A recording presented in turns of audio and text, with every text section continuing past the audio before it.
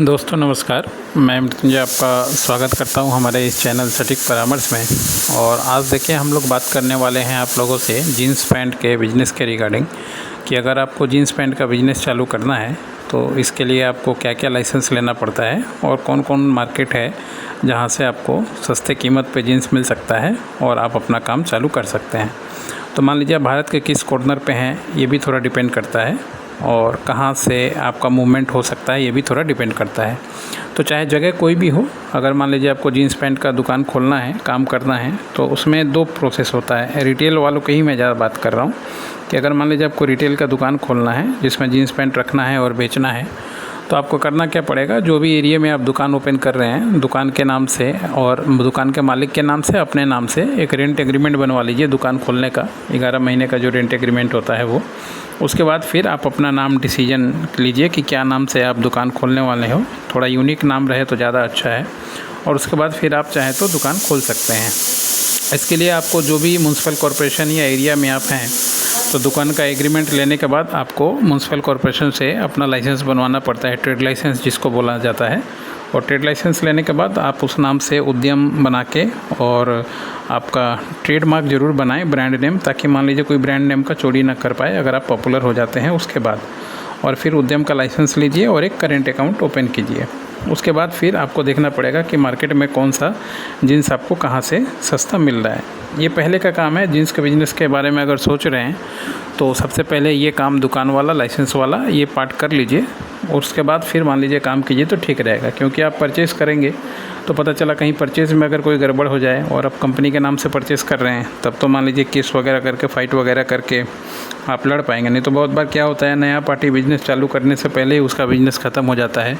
बहुत से चोर शिकारी बैठे रहते हैं मार्केट में जो आपको सस्ता रेट, ऐसा रेट देंगे जो दूसरे जगह से नहीं मिलेगा, और पता चला कि ऐसा सामान दे दिया या पैसा ही लेके भाग गया, सामान नहीं दिया। ऐसा भी बहुत होता है।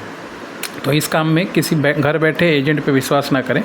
सबसे पहले थोड़ा मार्केट मूवमेंट करें। अगर मान लीजिए दिल्ली के मार्केट में आप जाएं तो दिल्ली के मार्केट में गांधीनगर जो है, और सीलमपुर और जाफ़राबाद, ये 3-4 ऐसा मार्केट है जहाँ पे आपको होलसेल में काफ़ी सस्ते दाम में ये जीन्स पैंट वगैरह मिल जाता है। क्योंकि ये लोग क्या करते हैं, ये लोग बल्क में, पैसे वाले लोग हैं यहाँ पे, और मिस्त्री वगैरह भी, इसके कारीगर भी वहाँ पे अच्छे हैं, और ये लोग बल्क में सूरत से इसका डेनिम मंगाते हैं, यानी इसका कपड़ा मंगाते हैं जीन्स का, और फिर इसको डाई करते हैं अपने यहाँ पे, और फिर कटिंग करते हैं और ख़ुद ही बना के उसके बाद फिर बेचते हैं। तो कारीगर इन लोगों के पास अच्छा है उस एरिया में, खासकर जाफ़राबाद, आपका मुस्तफ़ाबाद, सीलमपुर और गांधीनगर, ये जो एरिया है काफ़ी फेमस है। और मैक्सिमम पूरा आप अगर नॉर्थ जोन पकड़ लीजिए तो आप दिल्ली के किसी भी मार्केट में जा रहे हैं वो अलग बात है, सरोजनी नगर से खरीदिए, जनपद से खरीदिए, मगर सारा माल बनता ही यहीं पे है, वहीं पे माल बनता है। और वहाँ पे बनने के बाद फिर अलग अलग जगह पे होलसेलर लोग ले जाते हैं खरीद के, करोल बाग मार्केट में, सरोजनी नगर मार्केट में, लाजपत नगर मार्केट में, राजेंद्र नगर, करोल बाग मार्केट में, और फिर वहाँ से अपने होलसेल के दुकान के माध्यम से जो है पूरे इंडिया में जो है वो लोग ट्रांसपोर्ट करते हैं। तो अगर आपकी कंपनी है तो आप भी जाके वहाँ देखिए, थोड़ा बार्गेनिंग वगैरह कीजिए, तो फिर आपको अच्छे रेट पे मिल जाएगा। जैसे मान लीजिए ठीक ठाक जीन्स वगैरह जो है आपको 200 से लेके 300 के रेंज में काफ़ी अच्छा क्वालिटी का मिल जाता है, जिसको आप मार्केट में चाहें तो 600 से 800 रुपये में बेच सकते हैं। तो अगर इसके बाद भी डिपेंड करता है कि आपने दुकान किस तरीके से सजाया है, अपना शोरूम किस तरीके से आपने डेकोरेशन किया है, अपने मार्केटिंग पे कितना खर्चा कर रहे हैं, किस तरीके से आप उसको ऑफ़र में कन्वर्ट कर रहे हैं, ये सब चीज़ें भी बहुत मायने रखती हैं, ताकि मान लीजिए आप ग्राहक को बुला पाएँ। अगर ये फार्मूला जो बताया हम लोगों ने, अगर आप ये करें तो आप जीन्स के मार्केट के बिज़नेस में फेल नहीं हो सकते।